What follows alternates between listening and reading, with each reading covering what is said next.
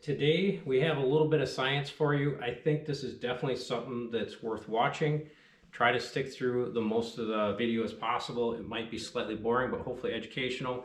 What we're doing here on the front is we have these new ball joint ends that go right into your tie rod from Shock Therapy.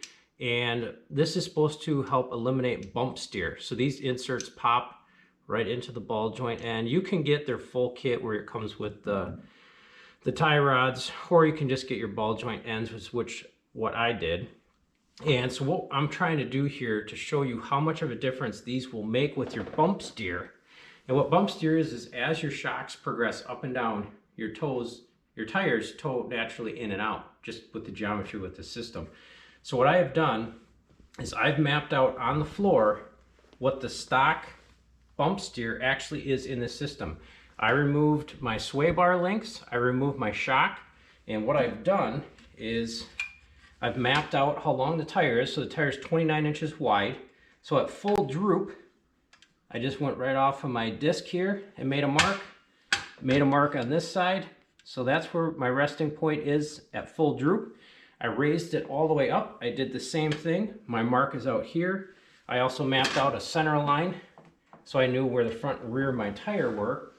And as I move this up and down, you're gonna see this disc rotate out.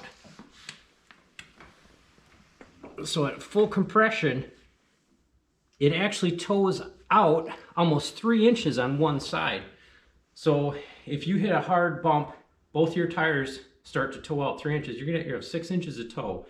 So what I'm gonna do is install this kit here, and we're gonna basically set it up so the center line stays here with the stock what it was.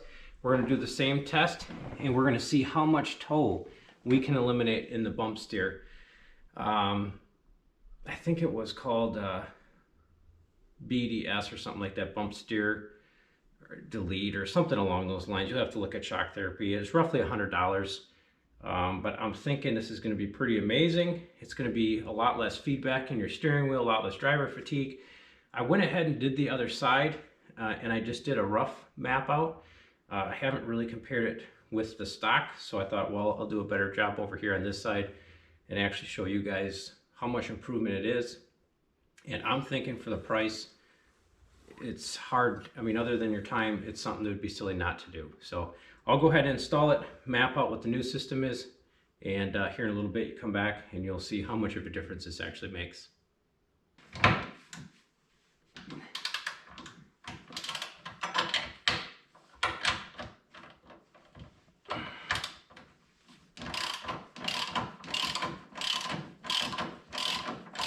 So when you're putting the new kit in, make sure you have the high side to the top. I've seen some videos where the guys will have this upside down, but make sure it's in this orientation. When it goes in, it's going to go in extremely tight, and it's designed that way. The other thing you can do is line the two up, get yourself close, and then get this jam nut out pretty close to where the old one was.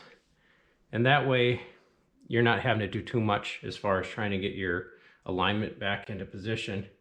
Just get them close. You're gonna have to do some tweaking, but at least it gets you in the ballpark. But just make sure this is threaded in.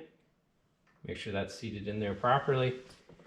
If you have to, once you get this threaded in, it's gonna be at a pretty goofy angle. Just go ahead and slip your bolts inside of here and then torque, and then you can actually move this ball inside the socket here. Here's the spot where you can insert your bolt, bend this to the proper angle, take your time seating this in. You shouldn't have to beat it with a hammer to get it in. I did use the dead blow a little bit and just tapped on it, and it did slide in pretty nicely. It's designed to be tight. Like I said again, keep the upper half high, the tall portion. Once I get this set in, I'm gonna go ahead and bolt it down, and we're gonna run our test and see how much bump steer we actually delete with this kit.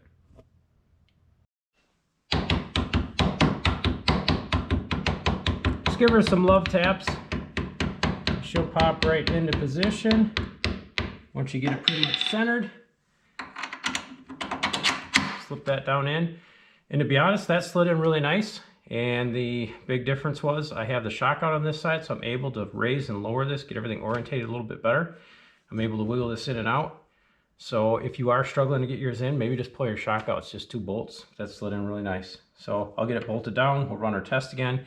And when I'm running this test, I am making sure that the steering wheel is locked straight. So that way this is not moving on us. And I do have it resting on the tire on the other side to help keep that steering straight. So I'm not throwing this test off at all. Okay, if you look over here real quick, you will see that the bump steer delete kit is on. You're gonna have to come around this side, honey. All right, so that is installed right there. So I am gonna show you the marks. So we are lined up. You wanna come back over here to this side? We are lined up with our marks on the front and on the rear as best we can. So the next thing we're gonna do now is raise it all the way up, make some new marks, and see exactly how much this thing has moved. So I'm gonna do my best to get this thing raised up without hitting anything. Now my shock is out, and I'm not entirely certain you're actually even gonna have this much compression. Try to brace this with my knee. Lock this on here.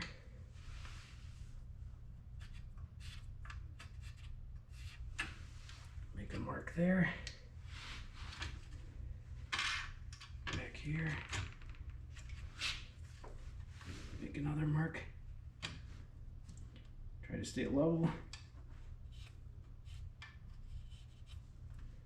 All right, I'm gonna drop it back down, trace that out.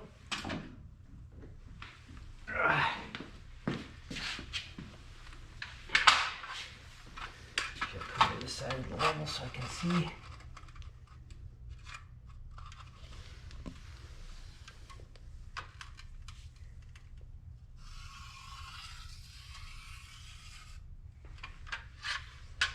All right, guys, you can already see a massive difference, and I'm taking this thing as far as mechanically it'll go. I honestly don't even know if this will compress this high, to be honest with you, so I'm really exaggerating this system. But you can see already now how much more this has taken out for your bump steer. So before we had 5 3/8 in the front. Now we're down to inside of lines, 4 inches. Back here, we are at about, I would say 3 5/8.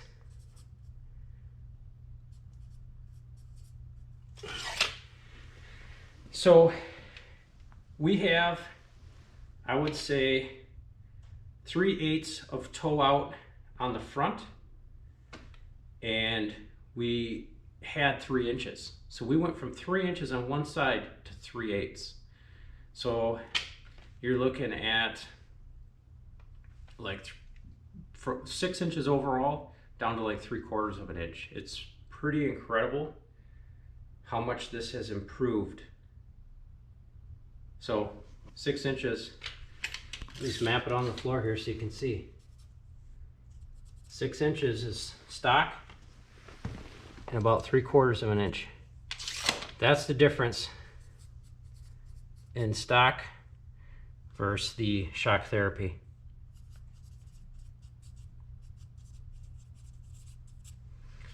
That is dramatic. So for what they're charging for this kit, just the stress that the stock system's putting on your system with those wheels just rocking in and out, additional stress on your bearings, your ball joints, tie rods, to me this is a no-brainer. And I want to hit some bumpy trails now just to see the difference, and I'll be able to give you some better feedback. But from what I'm seeing here, this is really impressive, and it's kind of sad that Can-Am wouldn't check these things out and actually get their system set up right from the factory, to be honest. For the price you're paying, it should be perfect. But all right, we're gonna get this thing dialed back in, get everything torqued down. I gotta put my sway bars back on, my shocks back in, and then I'll have to do an alignment on it. But you can't really argue with that. That's impressive. I appreciate you guys for watching, and we'll try to keep videos coming. It's hard working full-time job and then try to get this stuff in on the side as well. So thanks for watching. Take care.